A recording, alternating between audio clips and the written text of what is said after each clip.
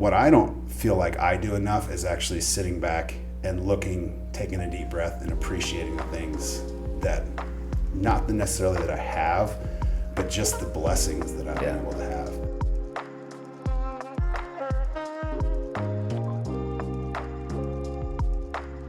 Welcome to episode 14 of Yellow Colored Glasses. And we got a quick client shout out, left us a review. And this client said, we were looking to change all our insurance from home and auto. Jake and Michaela reviewed our needs and found us an excellent carrier and saved us money in the process. They impressed us with their expertise that they had. They were able to answer any questions that we had, and we would definitely recommend them for all insurance needs. They will treat you like they would want to be treated, honest, personable, and knowledgeable. So thank you very much. Who was that did that? It looks like Gordon. Gordon, okay. Gordon. Thanks, Gordon. We appreciate the review. That helps us a ton. And those of you that are watching, anytime you go leave us a Google review, it just helps a ton adding those up. So we appreciate you guys leaving those. So today we've got Mr. Aaron Simpson on the podcast. Episode what? 14? This is episode 14. Okay. And on the last one, on episode 13, we talked about staying motivated, specifically in the gym. We talked a lot about that. So it's very fitting that you're on with us today, because we're going to talk a lot about that. So right on. If you want to just kind of introduce yourself too, and just kind of tell us a little bit just about yourself, that'd be perfect. Well, they said the name, Aaron Simpson. I have been in the gym industry since 1996. So I've been in and around, owned, operated, managed, trained at different gyms for a lot of years. Started my own gyms back in 2002 when I got into ownership. Okay. And so do a lot of other things too, financial, mortgage, insurance, other types of business, just kind of anything and everything. But gym is still my number one passion, the thing that I enjoy the most. So. Yeah. What was your gym back in 2002? What was your first one? The first gym that I was a part of that was a world gym. Okay. So okay. I started with Bally Total Fitness back when I was right out of high school. Okay. So. Okay. That's awesome. Yeah, and Aaron's right next door to us, so I would say probably all of us in the office were either here or over at his shop. So yep, every day, yeah. Yep, see you guys every day. Some of us 3 times a day. Sometimes it's 2 times, sometimes 2, sometimes 1. So when you said back in '96, so what was the very first gym that you actually owned, right? Like when? I was a partner in World Gym back Okay. in the day. So that one we opened from scratch. It was out in another city, but so we opened it up, got it going. So we did pre-sale. We literally sat in a trailer in the parking lot and sold memberships out of that until we were actually opening up itself. So now, was that a franchise? Was that okay? Yep. Are they still around? I don't know if I've ever heard of those. There's World Gym. It was out of California. There's still some somewhere, but not in our area anymore. Much. Yep. And then you're with Anytime Fitness now. Yep. So how many, do you just have the one gym over here, or how many gyms do you have? No, I have 4. So I've got 3 in Missouri and 1 in Florida. Okay. And it's part of a franchise too. So. Okay. So what's the biggest difference between the Missouri gyms here and what you've got going down in Florida? Probably the biggest difference is just in Florida, the community itself is more active. I'd say a lot more people are at the gym and working out. There's more gyms because of that than what we have in the Midwest. Just the warmer weather, people obviously less clothing. For sure. Can't hide underneath 12 layers of clothes like we do here in Missouri. So that, and just I run it a little bit differently just because of being 1,400 miles away from that gym on a daily basis. Yeah, for sure. What's probably so it's Anytime Fitness is a franchise, right? Yes. So I guess, what does that look like? I don't know. I don't know how anything franchise works. Like, I know when we were at State Farm, like that's actually kind of treated like a franchise, even though they call it not. It's not. But what does that look like? Like, from I guess the pros and cons of that. I mean, there's definitely pluses and minuses. Having the name, I think, helps, especially in smaller towns. This town and other towns that we're in have had a lot of other gyms that have been just mom and pop gyms where I could have called it Aaron's Gym and just opened up. So that has helped just the name itself, with as far as people feeling comfortable coming and joining the gym or being there long term because they think we're going to be around a lot longer because we're a bigger company. On the other perspective, people don't realize that we are locally owned. So Yeah. I've also heard that, well, I don't want to join there because I'd rather join the gym where somebody that's local owns it. No, Correct. I mean, I'm here. I'm 10 minutes Yes. away every Yeah. day. Yeah. So that is something that we started changing even in a lot of our advertising, where we put in there, even some of our banners out on the highway, we put locally owned and operated, Yeah. just to help with that sure. stigmatism of taking it away from like, no, we're not billionaires sitting in an office in, San Diego somewhere owning a gym. Bunch of Missouri. corporations. Correct. Yeah. Do they give you, like, is there stipulations with all of that? Like, is it easier to scale a franchise, a franchise type business or type gym? Yeah, I Or- mean, I think where some people who get into, let's say, Anytime Fitness, a lot of times it's somebody who Googles like opportunity or investment opportunity. So when we went to we have a conference that we do every single year where every owner comes in and comes to the show. Okay. They put on first for 3 days. I told my wife right away, I was like, you will be blown away that 99% of people will be at this won't look like they've worked out a day in their life. Gotcha. Because a lot of them are just business people, Investors. other careers, investors, things like that. So that's good and bad. Typically, a gym rat doesn't do a very good job of owning a gym. For sure. Because they don't realize one roll of toilet paper hanging in the bathroom is $3. Correct. I Yeah. have 6 of them in each location, so 6 times 3 is just toilet paper. So your Yeah. your numbers add up really fast. Your finances, your costs add up really fast. Corporate, they do a good job as far as they give you a lot of like preferred vendors. Okay. One of the things with Anytime is one of the reasons why our franchise fees are cheaper than other franchises out there is because if you use their vendors, they get commissioned every single time. So Okay. when I get toilet paper dropped off, boom, Anytime gets a portion of that. So that probably makes it pretty easy. I mean, It's better for me because I have less fees coming out. yeah, of you mine. don't have to, and you don't have to worry about trying to find the best deal with that too. So Right. it kind of makes you like, hey, here's a blueprint, right? Correct. And then now it's your job to run the business, but the little stuff, right? I mean, Right. the stuff that you don't necessarily think about all the time. Yeah, like if I just was Joe Blow off the street and went in and opened up my own gym for the very first time, I would probably struggle Yeah. hard at first trying to figure out what do I need, what do I not need, overspending, underspending on certain things, where they give you a guideline of what they expect, and they give you a coach right off the bat that actually teaches you, or they're your right-hand person if you have questions. All that stuff's good, but with that being said, the negative is of course they want you to buy everything under the sun. Yeah. So some of the new ones that are opening now, these people are putting so much money into it just because corporate, of course, wants you to buy Correct. A through Z, because every time you buy something, they make They're money. making money, yeah. To where I've really spun my business into is also doing coaching and counseling and things like that for gyms that are opening and charging in a fee, whatever it might be, where it's an upfront, and then I get a percentage of the deal over the time, to where I can go in and show these people like, hey, look, instead of spending $700,000 to open your gym, we could spend $450, and this is why, and then help them build their membership base from there. Gotcha. So again, yes, there's pluses and minuses. Yeah. I feel like where I'm at right now in my career, I like the franchise aspect of it, just because again, where we're located at, the cities we're in, I think it brings the name recognition that it needs. Yep. But with that, you just know that you're going to have to deal with some of the BS, for lack of a better word, as well. So. For sure. Well, I think everything you just said also is what separates you as a gym owner, and specifically with Anytime Fitness, because I worked out in quite a few Anytime Fitnesses in Warrensburg, up in Chillicothe. When we go places like I've stopped in Springfield, obviously the ones that you have, in Harrisonville, worked out there quite a bit. Raymore, not really. But there's a noticeable difference in the gyms that you own that are Anytime Fitness and all of the other ones that I've been in, and it's not even really close. Well, I appreciate that. So it's I guess my thing is you kind of already answered it, but is what does separate your gyms versus everybody else's? Yeah. I was literally going to ask that same thing. Well, Because I like don't- insurance is the same. There's so many insurance agencies on every corner, and I kind of think that's how it is with gyms. Now, again, if you're in that field, like you see them more, but yeah, like I was going to ask that exact same question. Is like how do you get a gym, somebody to come to your gym versus the other gym across the street that maybe doesn't have a contract, or $5-10 less a month, or whatever that is.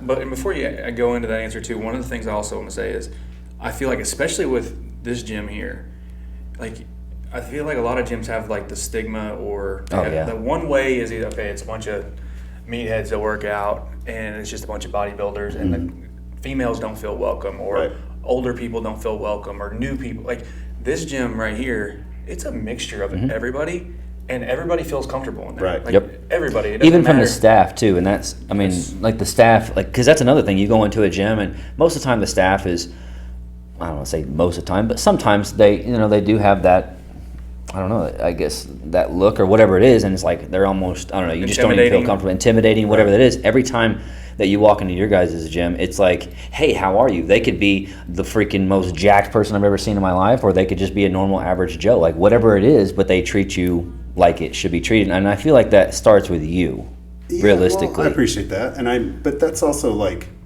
opening a gym, or even when I've bought existing gyms, is what does it feel like the second you walk in the door? Correct. Is it cold? Is Yeah. it dark and dingy? Does it smell? Yes. How friendly is the staff? Those are all things that when I've gone in and I bought a new gym, typically what I'll do is right away I move everything around because I don't like the layout. I don't like the setup. I think that there is a strategy and a strategic way of setting up a gym to where if I have like the one right next door, the second you walked in and you turn the corner, the Stairmaster is right there. And of course, girls facing the other direction, as soon as you walk in the door, boom, your natural reaction is to look to the right, and then Correct. you got a girl on the treadmill or on the Stairmaster right Yep. there. I moved it right away. It wasn't a spot where I wanted it as far away as possible, so as somebody felt more comfortable to get on that. Yeah, that The makes same sense. thing, like even one of the locations that I bought, when you got there, it was terrible. I mean, you didn't want to be there. I want our gyms to feel like no other gym that anybody's ever walked into before. I don't want it to be a gym. I want it to be a community. Yep. To where we have people that show up to get a 10-minute, 20-minute workout in, but then they spend another 20 minutes with my staff, meeting, talking, going over life, going over issues. That's what I want. I want it to be a destination where people want to show up every day, even on a day that they're not motivated to be there, because Yeah. they know that, Leslie's going to be there to greet them when they walk Correct. in the door, and they automatically know when they get there, they're going to feel better because they're going to talk to Leslie for a few minutes. So your staff is huge. I obviously can't be at all my businesses at one time. For sure. So having the right people there, they know right away that my name is the only thing that I have. So you're a representation of me when you're here. So my expectation is, to represent me to the best of my ability, their ability. I don't micromanage my people, Yeah. which freaks a lot of people out when they first work for me, because I don't want to have to answer every question. I want you to make a decision. And based on that decision, I'm never going to yell at you. If you make the wrong one, it's going to be like, hey, next time let's do it this way, and this is why. Yeah. But I also am not opposed. I know I learn every single day. Yeah. Other gym owners, I learn things from them who've done it 2 years, and I've done this 20 plus. Correct. So also being just open-minded on how you can learn more things, how you can make your gym better. Obviously, the cleanliness of a gym is huge. I use a lot of gyms, and I'm disgusted when I walk into some of them. Like, man, have they ever wiped down a piece? Have they ever swept the floor? So that's very important too. Yeah. But I think knowing your community. When I opened up the one in Harrisonville, that gym right away, I kept being told, you don't have enough cardio. You don't have enough cardio. And I'm like, look, for this community, it's a totally different style of community. This is more of a lifters community. Okay. So down there, I looked at making a gym that had more of that type of equipment in it. And that's the thing with corporate that sometimes gets frustrating, is they want you to have this ideal model, but it doesn't work everywhere. Correct. So You you can't have to have a blanket know, model Yeah, across you have it. to know. I can't open up a gym and charge $150 a month for unlimited classes. People in our area aren't going to spend $150 a month for unlimited classes. So it's figuring out what works best for your area and taking that. But I also want all of mine to be modeled the same from two perspectives. One, any staff member can go work at any of mine and fit right in. That's and smart. two, I want people to go from each location and feel the same thing that they're feeling at one Yeah. at the next. That's smart. I didn't even think about that, because that's a big thing even in our industry. Finding staff. So Yeah. being flexible, where hey, we need somebody over at this office, and it's like, okay, how do I run that gym? Well, you already know how to run this gym, so you can run that one. Correct. And That's smart. nobody has enough employees. Nobody has enough funding to have just Joe Blow employees sitting on the sidelines when you have Correct. somebody sick to come in and work. Yep. So you also have to rely on a smaller staff. And quite frankly, you guys know, being an owner of a business, you're the head toilet cleaner. Yeah. When somebody's sick or somebody's not there, it's Yeah. my responsibility Exactly. to get there. So, and you have to know all that. People look from the outside like, oh man, you must have this great life. No, when I'm here and I'm working in Missouri, I'm working. Yeah. My wife and I are putting in hours. Yeah. People don't see you like when you get up at 2, 3, 4. So you're saying you don't just open up a gym, put some equipment in there, charge a monthly fee, and then peace out? No, it's not. It's field, any it's time, not you know. Field of Dreams. Yeah, It's not you if don't. You build it, can't. You they'll can just show up. scan a card and go in and work out. What do you have to? You know, but I that's- know that's probably what you have gotten at some point, or Yeah. maybe not that extreme. But it just seems very simple. But I feel like there's so much stuff that goes into it that that we don't even think about. Yeah, and hiring the right staff is key with that too. You know, like I tell all of my staff is like your story is what's going to sell memberships. Your struggles, Yeah. you being able to relate with Susie when she walks in the door, who's been struggling with weight over the years.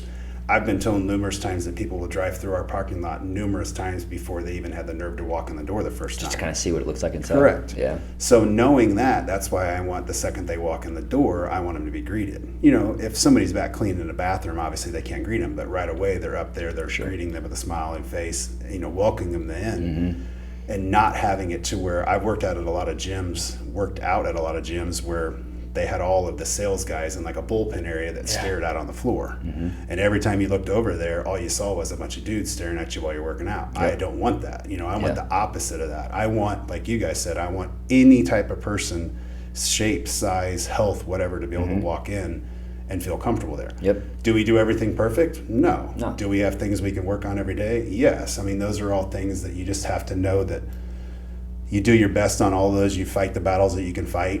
No matter what you do, there's always going to be somebody that's going to complain. As clean as our gyms are, we still get complaints, and it shocks me. My staff's like, how do you not get mad? How do you not get offended? Because you'd be offended or you'd be mad all the time with some of the ridiculous things that you get told. Yeah. But you just have to just brush it off and know that you're doing your best to make it to work, and then work on the things that need to be worked on. Yeah. Yeah. Oh gosh, when you're talking about just all the time that you're putting in, I love it when people shoot the text to you and they say, "Must be nice to control your own schedule," or "Must be nice to be able to go hunting," or whatever. And it's like nobody thinks about all the must be nices. Yeah, it must be nice to not have to get up at 3 a.m. and come in and train every single day. Because Aaron's here you're doing every that day. every single day. We see it every single day. And yeah, it always makes me really happy. Like whenever I'm in the gym and I see somebody that is new in there that definitely is making a change in their lifestyle, and they're putting themselves out there in front of everybody that's in there. And I don't know, I just keep coming back to the fact that everybody feels comfortable in there. And it's pretty cool. We talked about that on the last podcast too, about what makes people motivated, right? Well, you got to have some kind of emotional attachment to that motivation. Like you can't just be like, I just want to get jacked. Okay, why do you want to be jacked? Is it because you want to feel better, if you want to look better, whatever that is? Like you got to have something there. And I feel like one, it's just getting there. Sometimes the hardest part. So getting there, and I feel like when you get there, it's like, okay, now you almost have everybody else, because your guys' gym, in my opinion at least, is like, I'm there, we're pretty consistent Same on time, when we're yeah. there, same time and everything.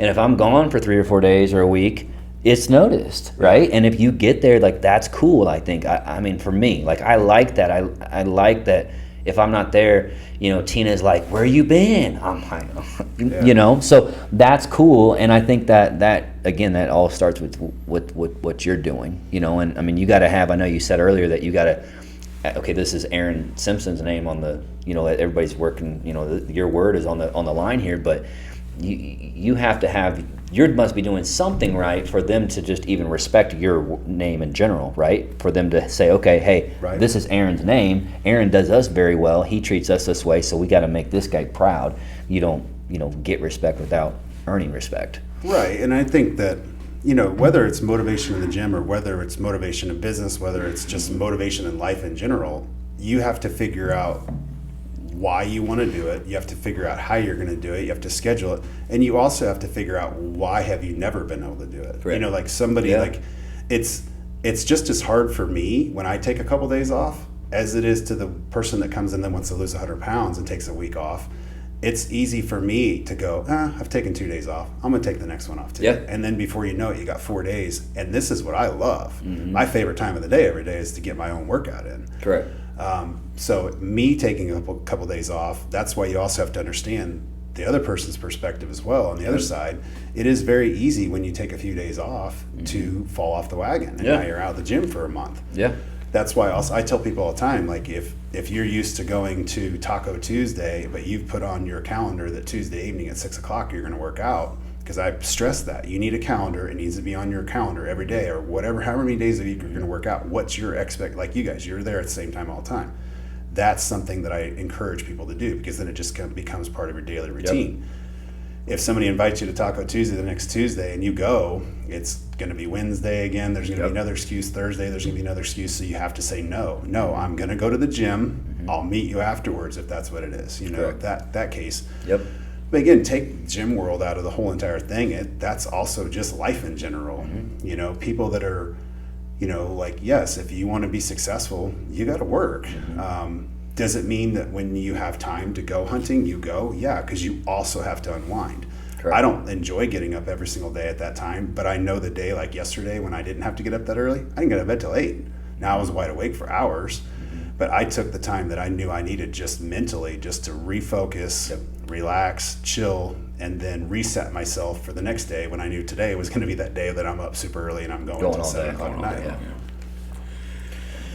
Yeah, no, I would agree with that, and that's stuff that we're learning, and outside looking in, like, I know I've always had a ton of respect for you, like, especially with all the other things you do. Like, I know we're talking about the gyms, but I mean, we've had conversations before on the stuff you want to do and the stuff that you are doing. You just bought an Airbnb down at the Lake of the Ozarks, right? Yep. So that's, I don't know, there's just so much stuff that you do that, it's one thing to run one business, but it's one thing to run 4 or 5 businesses, right, or and whatever I think else, right? There was a portion of time in my career where I couldn't have done what I'm doing now. And I remember even having a conversation one time with a business partner of mine and literally telling him, you're doing too many things. You can't focus long enough on one of them to make one successful when you're trying to bounce around and do 4 or 5. The reason why I'm at where I'm at now, one, is I got the people around me that I know I can do that. Yeah. If I don't show up in my gym in Florida for 4 months, it still runs every single day. It still operates every day. I don't have to be there. I shouldn't have to be in any of my locations here in Kansas City either. My people that I put in place should be able to run it when I'm not there. They were taught by me.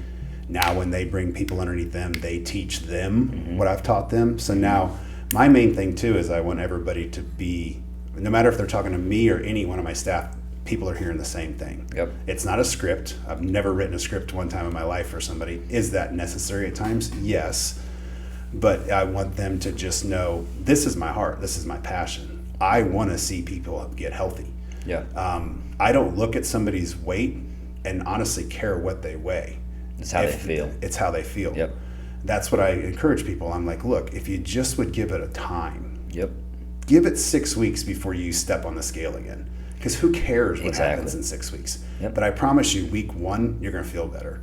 Week 2, you're going to be sleeping better. Week 3, your whole life probably could change by then. You'll be more motivated by week 4. I guarantee your business and your work ethic, everything is better. People just don't give it that chance. Yep. That's why I strongly encourage people to be early morning workout people. It's not fun. I've been doing it now for, I don't even know, since I met my wife, 20-something years, because she was an early riser. I wasn't. Man, I was a night owl. So whenever we got married and I was up till 1 or 2 and she had been to bed since 8 o'clock, I watched 4 movies at the time while she was in bed or whatever it was. And then at 8 o'clock, I'm struggling to get myself out of bed the next day. And then we started working out at 5 in the morning, and it was hard. I'm telling you, 6 months, it was hard for me. I did not want to get out of bed. It's easier knowing that I was going with her. She was going regardless if I'm going or not. Yep. But now that I got into that routine, it's awesome. You get it over with, your day is started right, you feel better all day long, you know your food schedule, your balance of food and health, nutrition the rest of the day, your water intake, everything is so much better. But it doesn't work for everybody, and I get that. Some people, there's no way they can work out that early. But it's just kids or school or class or But it's just accomplishing something. And again, we talked about this on the last podcast. It's like waking up. Like, so I wake up, and Michaela usually will leave for work before I do.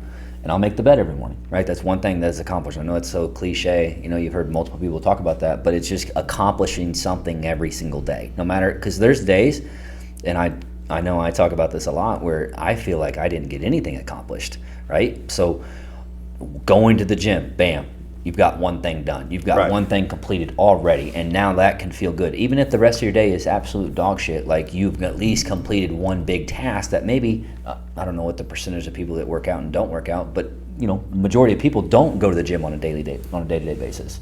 Right.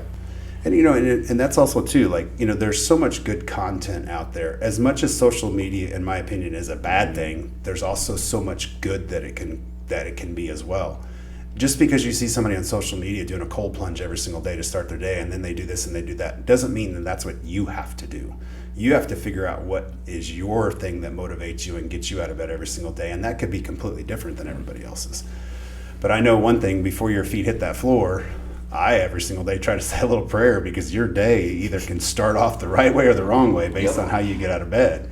And there are some days, like today's a perfect example, I did not want to get up. It was just like a struggle, but I knew I had to get up. I got to get myself motivated.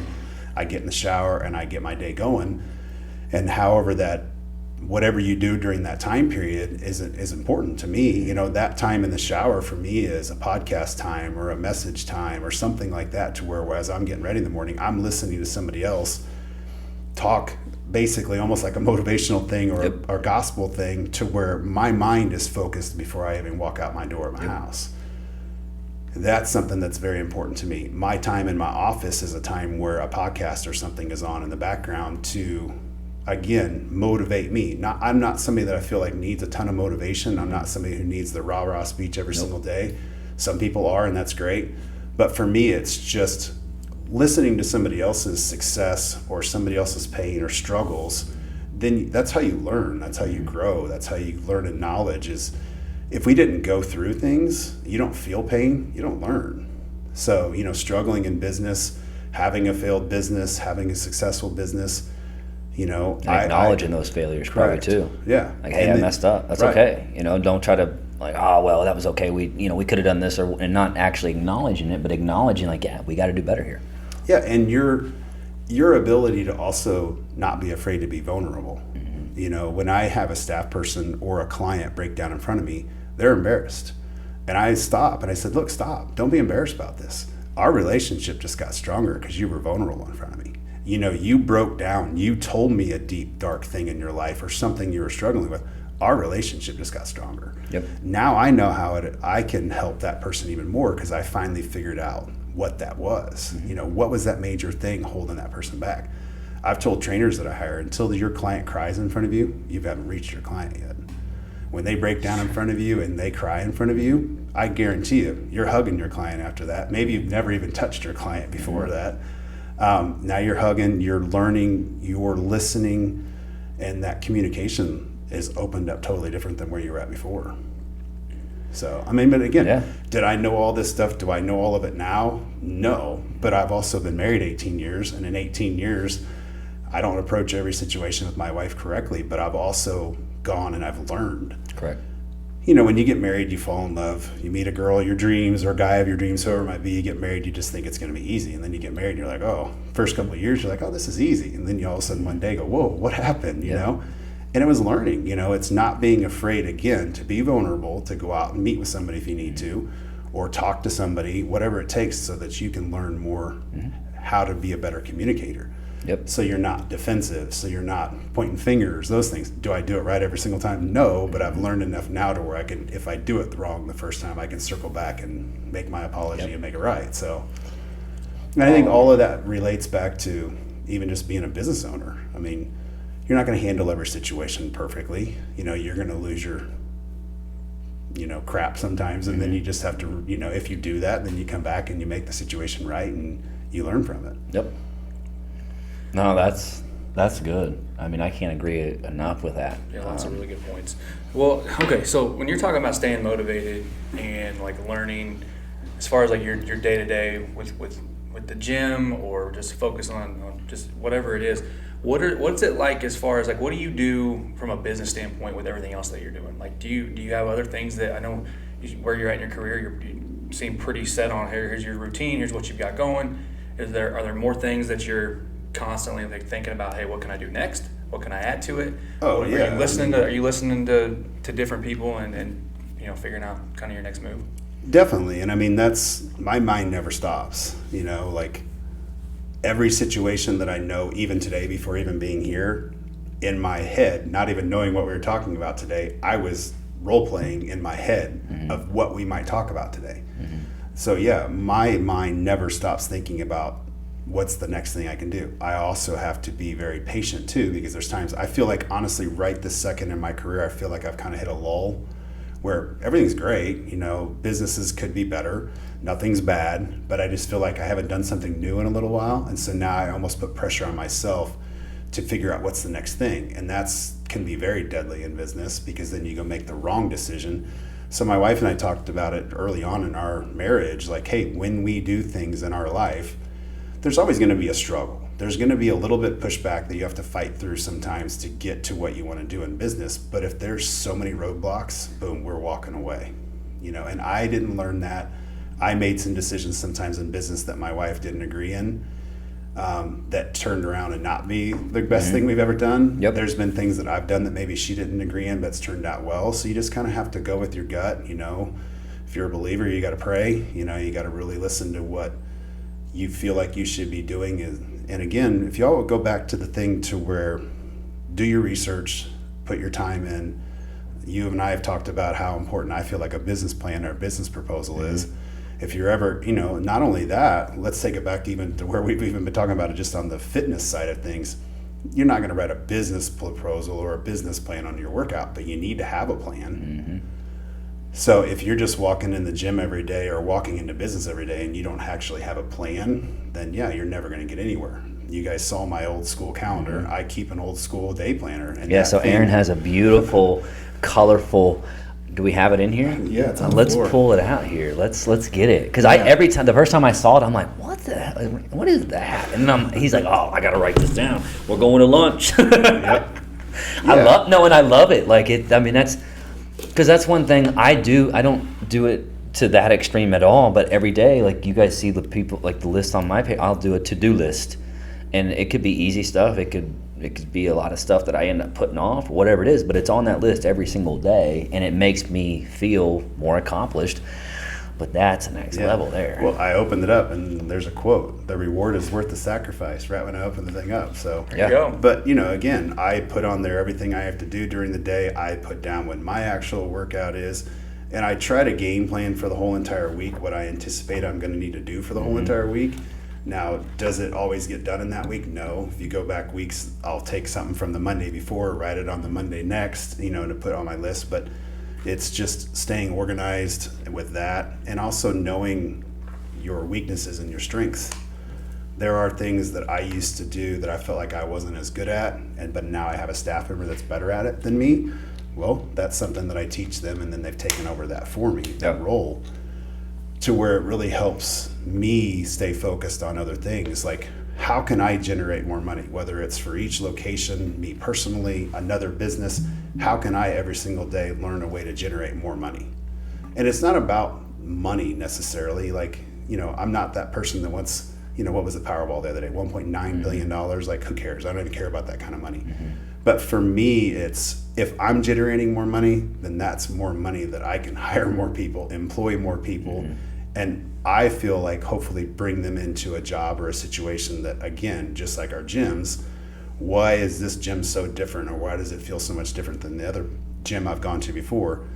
What working for me, and I'm not the end all be all, but what working for me could be better than the job that they've had before? Correct. How can I reach them? My staff is like family to me. I care for them a lot. I don't call them and go, hey, what are the numbers like today? It's usually like, how's your day? What's life like? What are you up to? And then I know I put them in the position to run the gyms the way that I want. So they already know my expectations. So I don't really even need to bring those up regularly. They already know what I expect. So it's just like, hey, where are you at in life? Yeah. I really like that too. I think that probably comes with experience of what you just said. Like, was there a time whenever you were first, maybe 10 years ago, 15 years ago, whenever you maybe didn't have that attitude with your employees? Yeah, because I was very bad. Take a step back. I was very bad at delegating. If I didn't do it myself, then I didn't think anybody's going to be able to do it. We talk about that all the time here. Yeah, and I even there was a sticker on here at one point in time. Yeah, I fixed it because I feel like I'm the fixer. Because I want people to go in and do the way that they've been taught. But if I have to fix it, I don't mind. And I tell them that right off the bat. Look, if we have to go in later and fix something, it's fine. We'll fix it. Or you may tell me that, like, hey, the reason I did it this way is because of X, Y, Z. And I might go, great, keep doing it that way. So, but no, I wasn't very good at it first. I was very bad at managing people. I was put into management position at a very, very young age. So I didn't have any experience. I didn't have any knowledge on how to do it. So what I've learned is a lot by mistake. I've learned a lot by people. I'll have staff leave. I'll still have staff leave the rest of my life. You guys will have staff leave. It's just turnover happens. But I've lost employees in the past because I didn't know how to manage them. And now I hopefully won't have that problem again. But, it has happened in the past. For sure. But it does come from experience. I mean, when you're a young kid, you think you know everything. And when somebody tells you, oh, just wait till you get older, you'll learn. And I can sit back at my age now. I turn 44 next week. And at my age now, I can look back and go, yeah, I did things very bad at first. To where now, after 20-something years of I haven't been guaranteed a paycheck since 2000 or 2001. So I've been living on my own, or, per se, business-wise, for that however many years. So again, which is awesome. But that's why it was hard at the beginning, because that's why I felt like I had to do everything, And I had so many business mentors that kept saying, "Don't do what I did. Don't work 40 years of your career, miss everything about life, and then look back on it and regret that you didn't spend the time doing this or doing that you want to do." So, man, I carve out time for that. Yesterday afternoon, I was done at like 3 o'clock, 3:30. My wife wanted me to do something, and I'm like, no. I'll get to it. I will do it tonight, but I'm going for a ride on my bike, and I went for an hour-long ride just to clear my head, re-motivate, think, just to, what's next, kind of, almost having my own brainstorming conference on my own while I'm riding around, and it's just something I needed, and you have to take that time to do that. Yeah, for sure. So what do you struggle with? Because outside looking in, I know no one's ever perfect or got it all down, right? Like, what is something that you struggle with today? I know you said earlier that, it's hard to, you got to focus on one business and making sure it's there. I think you're there. I think your gyms are scalable. Like you've done that, right? You've got one in Harrisonville, Raymore. Now you have another one in another state. So I guess, what is something that you right now think that you could improve on? I could improve. I know there's a lot of stuff, right? The right answer probably is we can always improve, but what's one thing? I personally try to figure out one thing that I can improve on, because if you're trying to improve on everything, and you let me know your thoughts on this, it's kind of overwhelming, right? I feel like I could be better in so many different categories. Categories with my wife, categories as business partners and a boss, or whatever that role might be. But it's almost like you got to pick one or two things maybe and say, okay, hey, I'm going to focus on getting better in this category, and then I'm going to check that off my box, and then I'm going to pick another category and move forward. And that, again, maybe that's bad, good, I don't know, but that's what I'm trying to do right now with where I'm at. No, I think that's great. I think it's because you can't. I think it goes back to even just like what we talked about earlier about as far as what I wasn't good at in the past. I think those things I can still be better at. The delegating part, I don't feel like I need to do that anymore. But I feel like my communication with staff sometimes can be better. Some of my employees, when you get running all day long and you're busy and you're doing this and you're doing that, you'll forget to just reach out. Okay. This is funny, so don't take it the wrong way, anybody that's listening. But most of my staff now are females. So if I don't reach out to them on a weekly basis, I'll get, "Are you mad at me?" And it's like, no, I'm not mad at you at all. And it's because I didn't reach out to them the week before. Those are things that I know I can be better at, is just reaching out to them, even if it's just a simple little, hey, how's your day going kind of thing. Or sometimes when somebody asks me a question, I'll just answer it real quick. And I tell them all the time, I leave my text messages unopened, and that's kind of like my to-do list. So if they send me a text and I don't get back to them, just know that that's something that's on my list. So I think just my communication still with my staff could be better. I'll get a thank you like I did from one of my staff members yesterday, thanking me for everything I do. And I'm just kind of I even said, why? Why are you thanking me? I feel like I could do more every day for my staff. Okay. So I feel like maybe that's my own internal thing that I have to work on, but I feel like I could do more stuff for them every single day. Be more around. The bad thing about having as many things or being involved in as many things as I do is that if I'm not there, it's not a bad thing, because if I have to be there, then it is a bad thing. They're not doing their job. So if I'm not there and they don't see me for a while, then I know they know. Absolutely. No, so whenever you said that,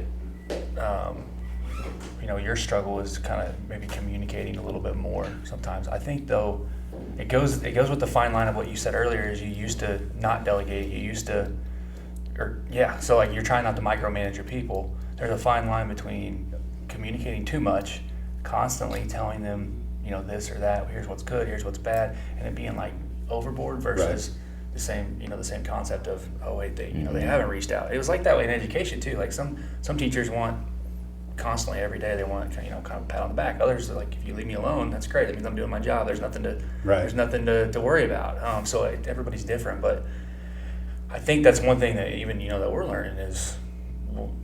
And we're here with our employees every day, so it's different, So that's not even something we think about. Absolutely. But the way that we're communicating with them, there is a fine line between being, too micromanaging or not keeping enough track, or not reaching out enough. So that's something that we're definitely learning, and I think we're getting better at it. And I think it's hard. It's probably pretty hard for us. And at least I have this trouble sometimes, is wanting to know what everybody's doing, right? And like to delegate. Like with you, like you have to delegate. I mean, I don't know. I guess you can actually go back, because you could also stress yourself out that you need to be at every single gym every single day, versus us, we just have to be at one place. So I don't know, man. That's a hard one, but that's a good, because I think we've all talked about that as well. Even when we first opened up, doing the business plan on your guys' couch on Tuesday, Wednesday nights, like that was stuff that we wanted to talk about or wanted to do with our business, was have a great, just healthy place to work where people, they like coming here more than what they even like being at their own house, right? Because that's where we're here. We're here, at work most of the time. So it's got to be fun. So I don't know, that's really good to hear, because it's possible, because you guys are a living proof of it, man. Right. And it's going back to even the whole like micromanaging people, like me not being there, like I can't, I used to stress myself out, like you said, about going to each gym every day. And I tried every day to go to each location and just bounce around. And honestly, I wasn't very productive doing that. I think the members and my staff loved it every day, but me professionally wasn't very productive, because I was spending so much time going in and not doing things to help produce more business or produce more things for the business, because I was just there kind of almost being like an appearance. For sure. Go walk in the door, have everybody see me, talk to everybody, and then boom, I'm out the door and I leave. And I'm not getting as much done. Now for me, whenever I'm not done for the day, but when I walk out of the gyms for the last part of the day, and I go to my office, now I'm there and I'm focused and I'm just working on the things that I have to get done, or game planning or business planning for the next thing. So it is important to know what that fine line is, and whatever that is, that's what you have to come up with. And I think also every employee is different too. I have employees that I know every day need to hear from me.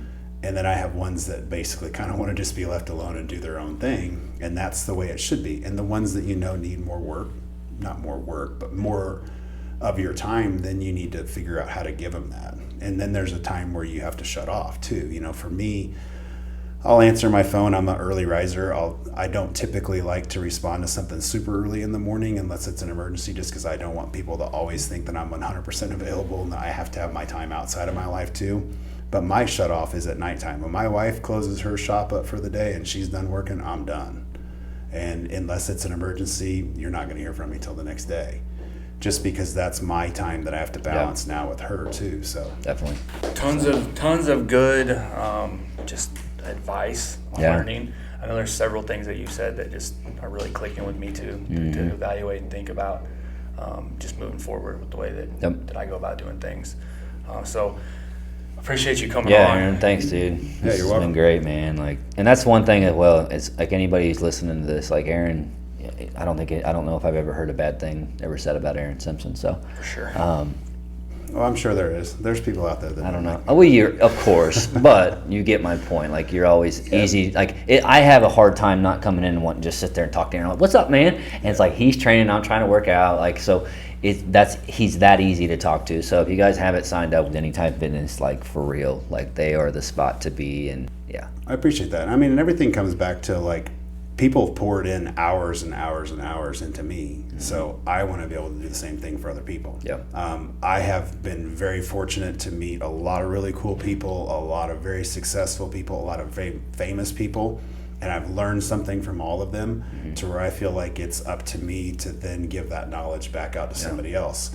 My wife will say that she'll watch me, and it doesn't matter if the person's 10 or 90, I'm going to treat everybody the same. I love to joke around with people. I love to find out what they're passionate about. I like to tease people, and it's giving back. It's making somebody smile. I said something about your wife the other day, and your wife's the same way. Just them walking in the gym, you could be having a rough day. They smile at you, and you're like, oh, okay, feel better, So just knowing that is something that you can give to somebody.